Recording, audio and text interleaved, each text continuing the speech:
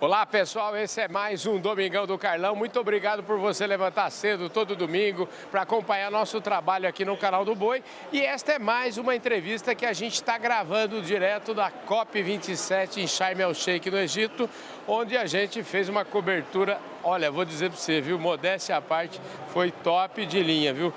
E para honrar o nosso compromisso, domingo é sempre um programa que tem que ser mais prateleira de cima ainda. E esse domingo vocês não perdem por esperar. Antes de apresentar meu convidado de hoje, que está aqui do meu lado, eu quero agradecer a plataforma Agro Revenda, que está conosco aqui na COP27. Agradecer também a Singenta, que apoiou todo o nosso trabalho na COP, e agradecer o Grupo Public. E claro, o Domingão do Carlão, você sabe, tem o patrocínio oficial do Domingão do Carlão, é do pessoal da Employer.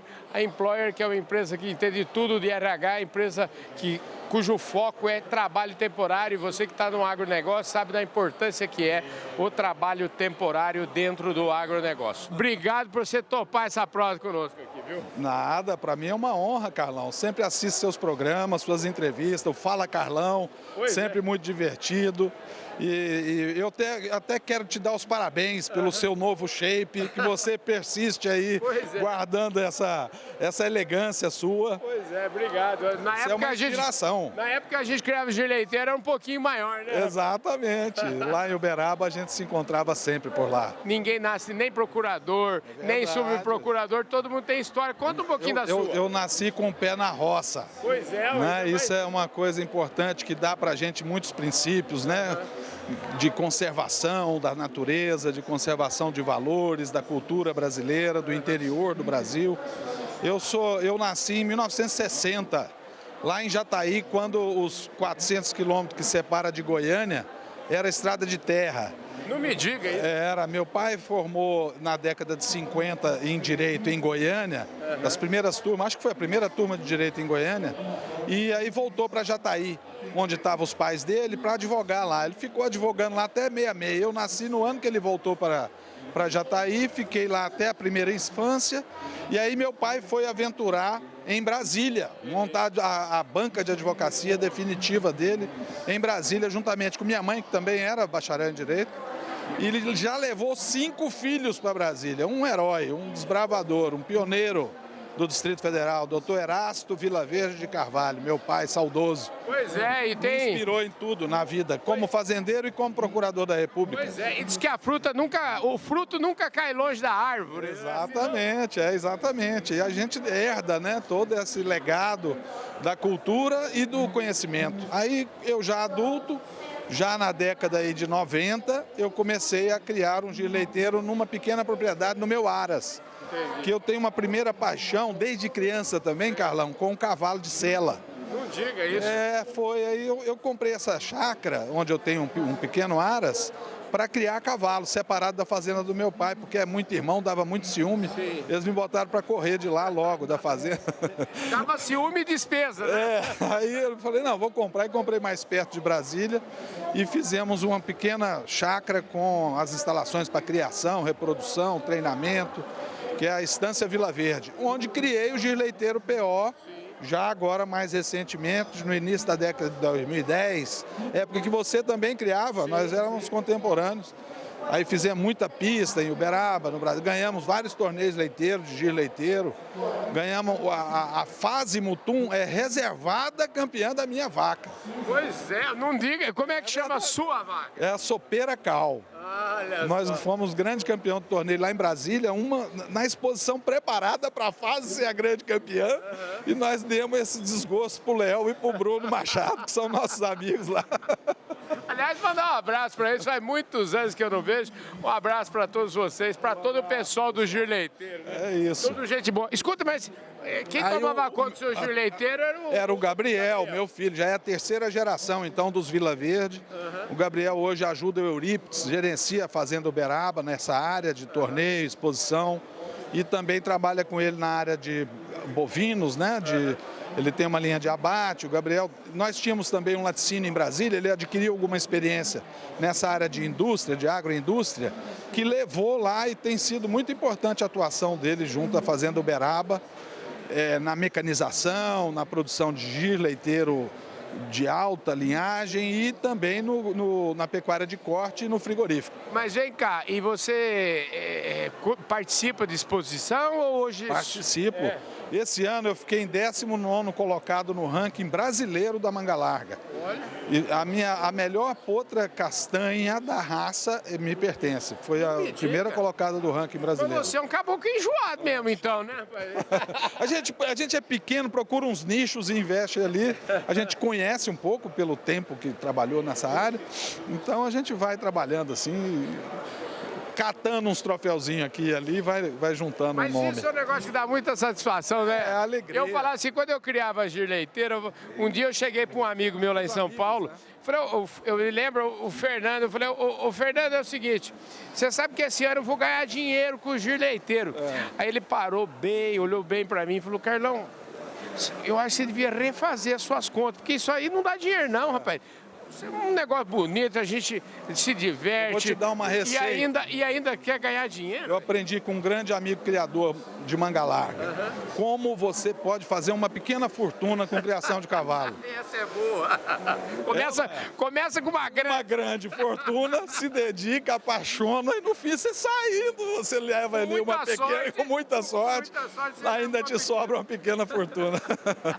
É muito bom. O que é, afinal de contas, o Ministério Público Federal que uns amam e outros odeiam? Então eu queria saber o que é isso. Eu vou me esforçar para não usar o juridiquês. É isso. Eu sei que o seu público é um público inteligente, qualificado. Sim, claro. Então, o Ministério Público como eu te expliquei, Carlão, é um órgão essencial à justiça.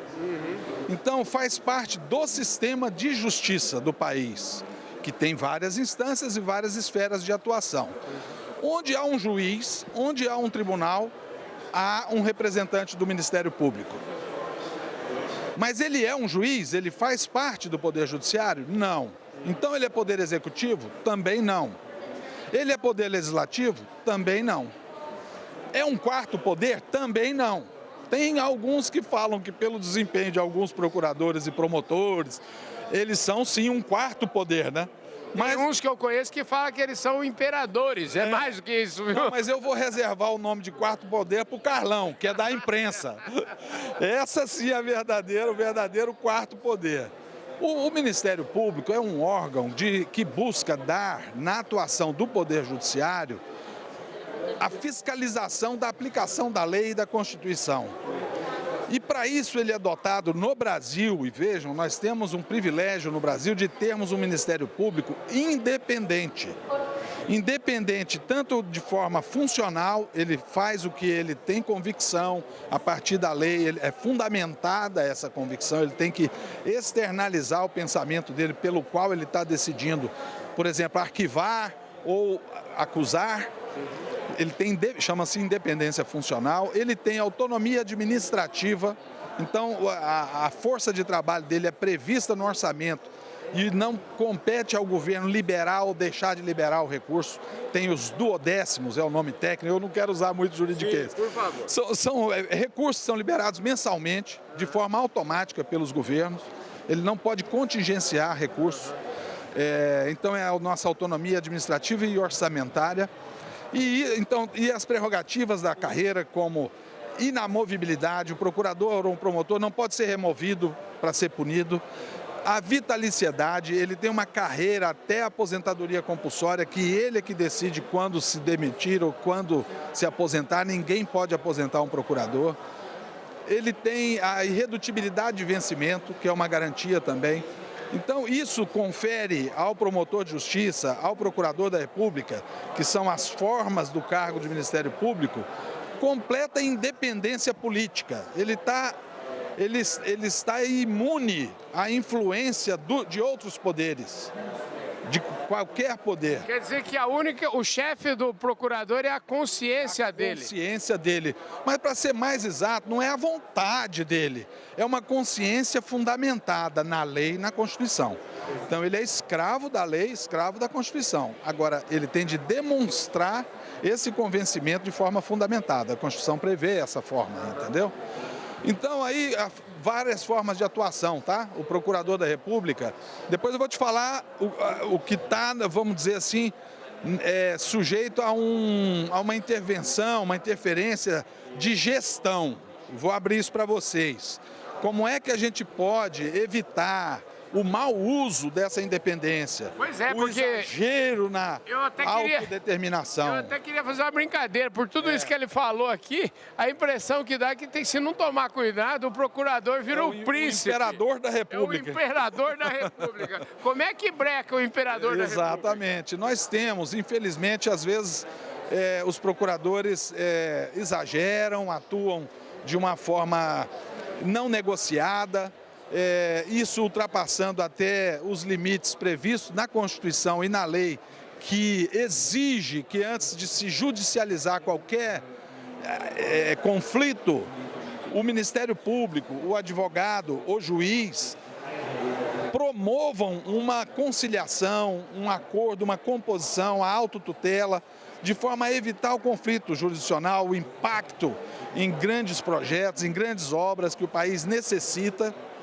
E muitas vezes a gente observa que o Procurador da República, talvez até por falta de articulação de uma organização que esteja acima das questões locais, ele se sujeita ali a um conflito local com um prefeito, com um secretário de Estado, e prefere ajuizar para poder depois fazer uma composição. E isso provoca um dano muito grande à administração e à sociedade, que é embargar, é o dano. Ora, se existe a necessidade, a demanda de um benefício social, de uma obra, de um serviço, e o procurador, para evitar que ocorra alguma irregularidade, embarga aquele serviço, quem está sendo prejudicado é o cidadão.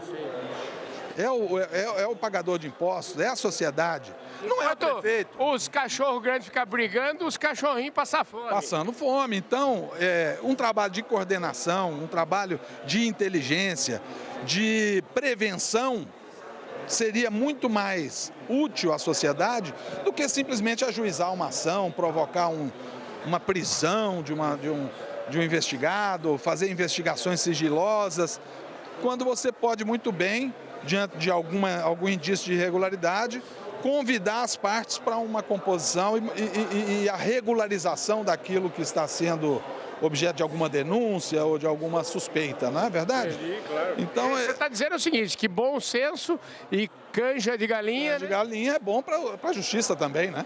É bom para a justiça. E isso é hoje norma legal. O Código de Processo Civil moderno prevê isso expressamente. Ninguém pode sair criando demanda aí, à torta e à direita. A justiça não dá conta também, viu, Carlão? É uma questão de sobrevivência da justiça.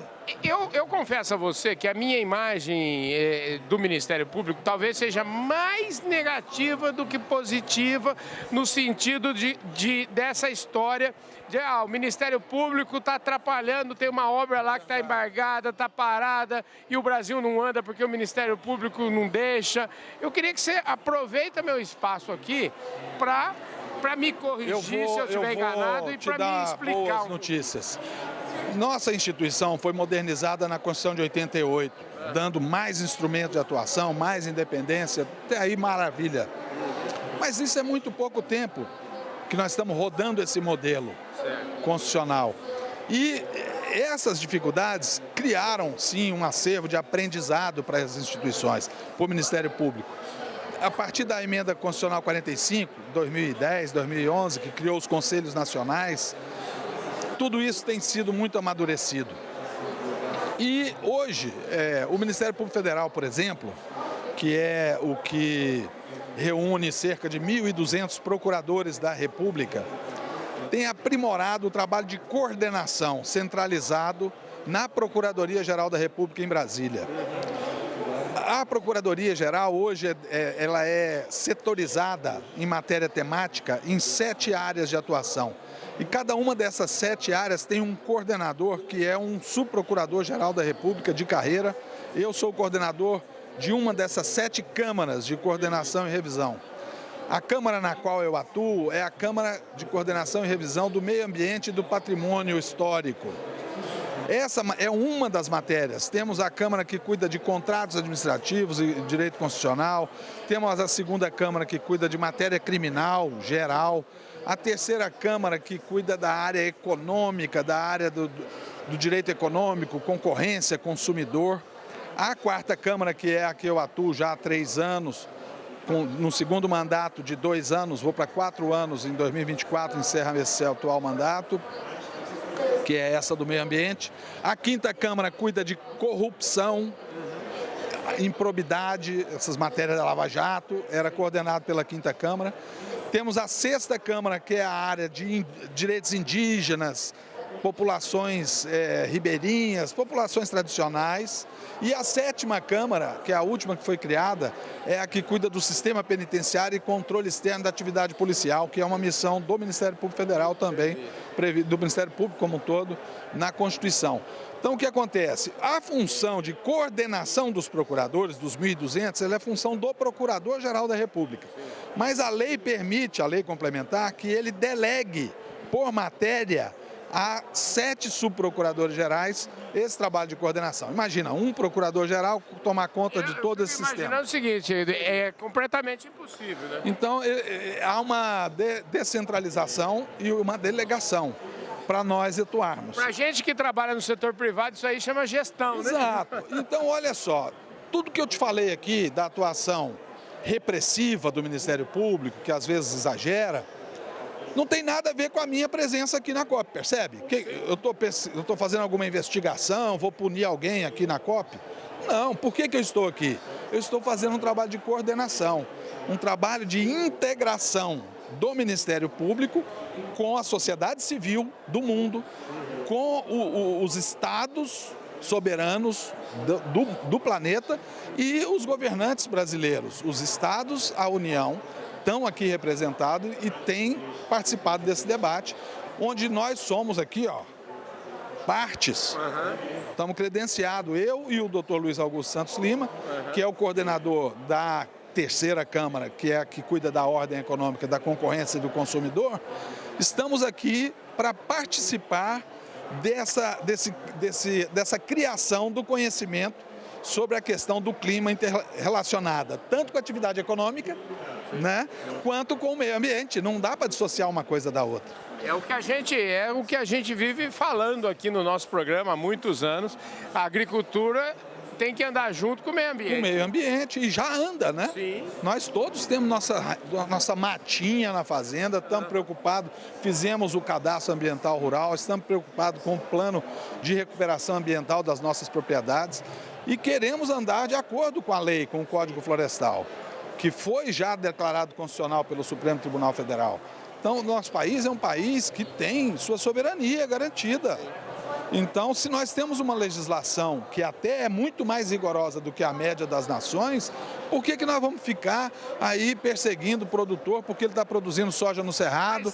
Volta e meia, como a gente diz lá no interior, a gente, para usar um termo que até aqui está muito em voga, um discurso que agora, infelizmente, vamos dizer, começa a brotar de volta o discurso do assim, desmatamento zero. Desmatamento zero. A gente do agronegócio diz o seguinte, o Brasil tem lei, o Brasil tem um Código Florestal que possivelmente o Código Florestal é a legislação mais rigorosa do mundo e a gente fala o seguinte, uma coisa é desmatamento zero e outra muito diferente é falar em desmatamento ilegal zero, né? Exatamente, é isso que nós temos de buscar.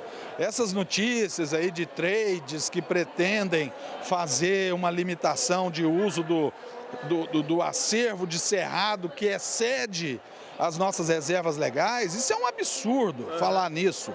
Eles estão querendo interferir na independência do país, que tem legislação própria, que estabelece que em regiões ali do Mato Grosso, do norte do Mato Grosso, 50% do cerrado pode ser utilizado. O cara usou 20%, não pode ultrapassar esses 20% porque as trades não vão comprar soja se tiver produzido lá em 2000. Que conversa, onde é que nós vamos parar desse jeito? Pois é. Quem vai governar o Brasil são as trades?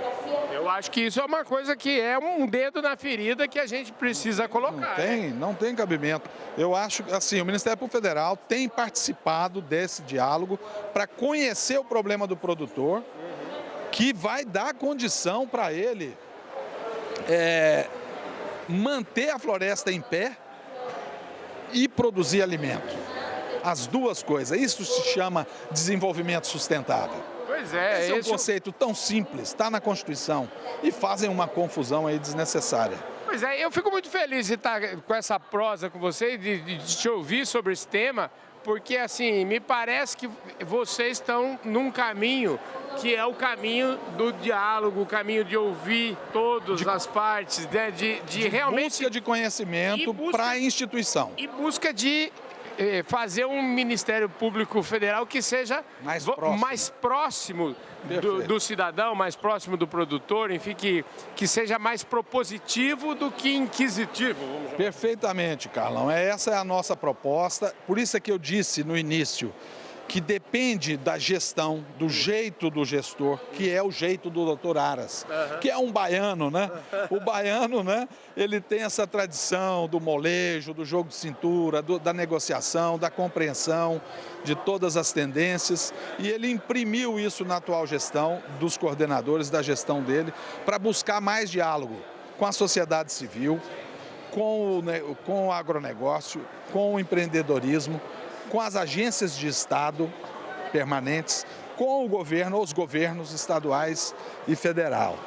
Então, o que nós precisamos? Entender todas as demandas e buscar soluções estratégicas, estruturantes. Do contrário, nós vamos ficar sempre apagando incêndio ou enxugando gelo nos pequenos desmatamentos. Nós hoje temos uma ferramenta no MPF que chama Georradar. Eu fiz uma divulgação aqui na COP, a gente fez uma apresentação de um vídeo institucional. É uma ferramenta que nós temos condições de identificar e punir todos os desmatamentos da Amazônia. 13.500 ilegais. O senhor está colocando Nós temos condição, mas nós não temos perna para isso. O Brasil não tem condição. Deixa eu lhe perguntar uma coisa, aproveitando. Ontem o governador do Mato Grosso aqui, o Mauro Mendes, deu uma ideia. Até porque eu vivo encasquetado com essa história, porque a história do desmatamento ilegal, ela fere de morte a imagem do produtor brasileiro, a imagem do Brasil. Que não é o autor disso. Que não é o autor disso, porque 99,9%... do que ficar roubando madeira, não, né, e o produtor, o verdadeiro produtor, ele sabe que ele precisa preservar, porque ele vive daquilo. Se ele não preservar, aquilo já era. O produtor rural, ele tem a sua certidão de nascimento na escritura da sua terra, registrada em cartório. Como é que ele vai dar o recibo para a polícia que ele está lá desmatando a fazenda dele? Mas e eu encafifado com isso? Eu falei, não é possível que ninguém possa resolver isso, que a gente passe 10 anos, 20 anos e a gente vai continuar falando que tem desmatamento. O desmatamento ilegal, Carlão, já está identificado, é feito por criminosos. Crime contra o patrimônio da União, das florestas não destinadas. O preço da madeira é irrisório, então eles cortam grandes extensões para encher carretas e vender isso com documentos forjados. São ladrões, a verdade é essa, não são fazendeiros. Sim, claro. A mesma coisa a mineração ilegal, o garimpo ilegal, sustentado por dinheiro de lavagem. Já identificamos essas práticas, também a atribuição do Ministério Público Federal, o combate à lavagem de dinheiro em âmbito nacional e internacional. E já identificamos isso. Então, o financiamento da madeira ilegal, o financiamento do garimpo ilegal é feito por dinheiro pesado, não é do fazendeiro. O fazendeiro tem que comprar semente, comprar diesel, comprar trator, transportar essa safra. Ele não tem condições de ficar desmatando terra, é caro desmatar. Então eu pergunto o seguinte, essa sugestão do governador Mauro Mendes de usar uma norma constitucional já existente, no caso das fazendas, confiscar as fazendas que forem flagradas plantando maconha, coca, enfim, que tiverem esse tipo de droga, é imediatamente confiscado. E ele propõe as desmatadas. Eles propõem fazer a mesma coisa com o desmatamento. Como é que o senhor enxerga isso? Infelizmente seria um tiro na água. porque 90%, acho que 85% dos desmatamentos ilegais são em terras da União, já estão confiscadas. Então, na verdade, as terras da União é que são objeto desses desmatamentos ilegais para extração de madeira. Certo. E depois, sim, muitas vezes aparecem ali grilagem. O cara faz um CAR daquela área desmatada para vender lá para um paulista desavisado aquela área que foi desflorestada. Então esse confisco ele não seria um tiro na água, porque na verdade a maior parte das terras já são da União. O que nós temos realmente é de prevenir. Como prevenir? Aqui na COP foi dada a receita. É dar valor agregado à floresta em pé, muito maior do que a floresta cortada, do que a madeira cortada. E como fazer isso? Através do crédito de carbono. É um mercado emergente, um mercado que o Brasil vai sair na frente. O Brasil detém um potencial enorme de ser o líder nessa nova bolsa de valores do crédito de carbono. Cerca de 15% do mercado mundial de crédito de carbono será emitido pelo Brasil no mercado voluntário. Entendi. E isso já está, o BNDES já está atuando nessa linha. E aí o que tem que fazer? Vai lá naquela região. A Amazônia não é abandonada como muita gente pensa. Cada pedacinho de terra da União ali tem um cidadão lá que mora ali de extrativismo, de pescaria, de caça. E ele está lá e tem CPF, recebe Bolsa Família. Esse cidadão, uma vez identificado, pode receber um apoio social para preservar, se tornar um guardião da floresta, através do recebimento de crédito de carbono. E aí, quem sabe, até apresentar um projeto de manejo florestal, um projeto de extrativismo, e tudo isso remunerado no mercado voluntário de carbono. Hoje nós temos tecnologia de isótopos que determina a origem da madeira, que região da floresta, se saiu de um plano de manejo ou se não saiu de um plano de manejo. E já temos investigação que comprova isso, que é usada a documentação do IBAMA para exportação, no entanto, aquela madeira não foi retirada lá daquele plano de manejo que consta da documentação. Entendi. É apreendida ali naquele caso concreto, mas não resolve o problema geral. Pois é, o assunto é enorme. É enorme, muito delicado e a gente também, infelizmente, nosso tempo não é tão grande quanto o problema que a gente tem. Eu estou sempre à sua disposição, Carlão, é uma satisfação. Sempre que você tiver uma dúvida jurídica sobre a atuação do Ministério Público aí no interiorzão do Brasil, me conta, a gente está lá para coordenar essa turma. Uhum. Nós temos muitos procuradores, são 500 procuradores na atuação ambiental da República em todo o território nacional. Muitos atuam no interior. Em Uberaba tem procurador da República, em Uberlândia tem procurador da República, e todos com atuação na matéria ambiental. Então a gente tem total liberdade para informar, para conversar, para negociar situações que ocorram nessas cidades lá pela PGR. Maravilha. Tá bom? Querido, muito obrigado pela sua presença aqui. Eu adorei a conversa e eu tenho certeza que esse programa vai fazer maior sucesso e que a gente vai voltar a falar sobre o tema, porque você contribuiu muito para elucidar. A próxima nós vamos fazer lá na chácara para você mostrar a tropa Mangalar. Aí é bom demais. Vamos nessa, tá fechado. Obrigado, tá bom, Juliano. Obrigado, um abração. É isso aí, gente. Juliano Vilaverde, o subprocurador-geral da República, conversou nesse Domingão do Carlão. Muito obrigado pela sua audiência, um forte abraço e um abraço especialíssimo. O Marcos Abreu, fundador lá da Employer, ele é um admirador do Domingão, porque ele fala que aqui no Domingão só tem prateleira de cima, viu? Ah, é? Então eu tô fora da curva. Você tá um ponto fora da curva. Ô Marcos, olha só, obrigado aí pelo seu apoio, um forte abraço. Muito prazer, muito obrigado, Marcos, pelo apoio aí ao Carlão, nosso amigo da Public. Valeu, gente. Fui!